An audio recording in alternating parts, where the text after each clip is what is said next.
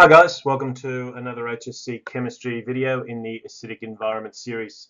In this one we're just going to have a quick review of polyprotism and also to introduce the concept of amphiprotism. So we've had a little bit of a look before at the whole idea of polyprotic acids.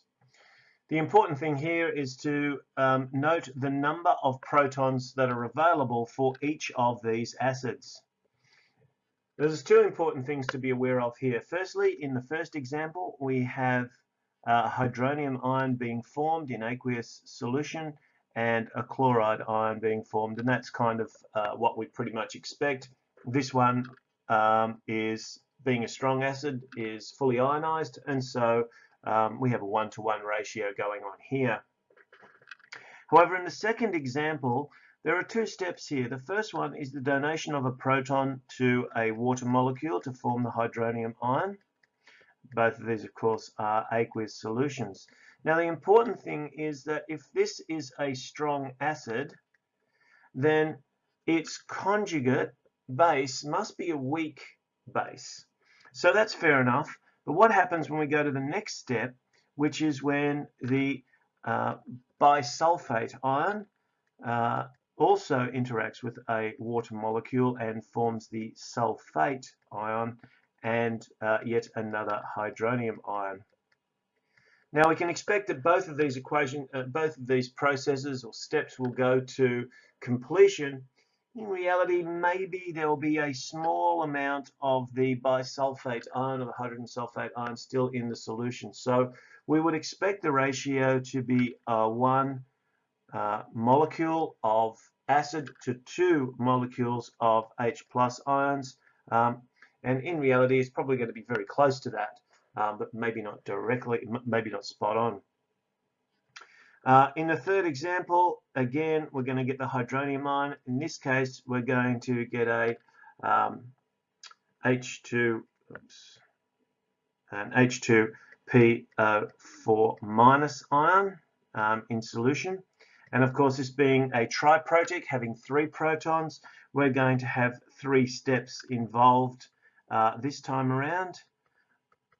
So I'm sure you've seen each of these before, but we'll just quickly go through them for you.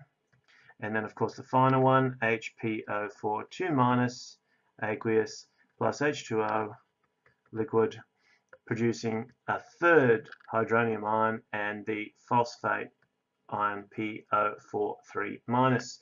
So we get 3 moles of the hydronium ions for each mole, so the ratio here 1, 2, 3 hydroniums. Of course, anything that's on one side of the arrow can be cancelled with something that's on the other side of the arrow, so these two can cancel out, and that's how we can get our 3 moles of water to produce our 3 moles of hydronium ions. Again, looking at each of these individually, we'd have to look at the degree of ionization for each of these species in order to determine whether or not we had complete ionization and a full 1-to-3 ratio. Again, in reality, probably won't get that full 1-to-3. For the purpose of most calculations, though, and certainly in a titration, we would assume that that would be the case. Amphiprotism is the behavior of certain types of substances to behave as both acids and bases. So that is, to be capable of donating a proton and accepting a proton. So that's the key here, that amphiprotic substances can be both proton donors and proton acceptors. In the previous slide, you saw that the bisulfate ion is capable of doing that, and so is the bicarbonate ion. So when the carbonic acid breaks down, it releases one of its protons to water to form the hydronium ion, and then we form the bicarbonate ion. So this one here is the bicarbonate ion. Now, if this was to continue to ionize, it would then act as an acid to react with water and form the hydronium ion. Again, a second one, and a carbonate ion. But of course, This is what happens when it acts as an acid. It is donating the H plus this way. But it could just as easily, in fact, if we know something about the nature of this as either a strong or weak acid or base, and most of the time this is about the basic nature of the substances, in this case it could just as easily accept a proton from the water molecule and form the hydroxide ions as a consequence. So in this case, the H plus ions actually gone the opposite way, and it's acted as a proton acceptor. So this is where it acts as a base.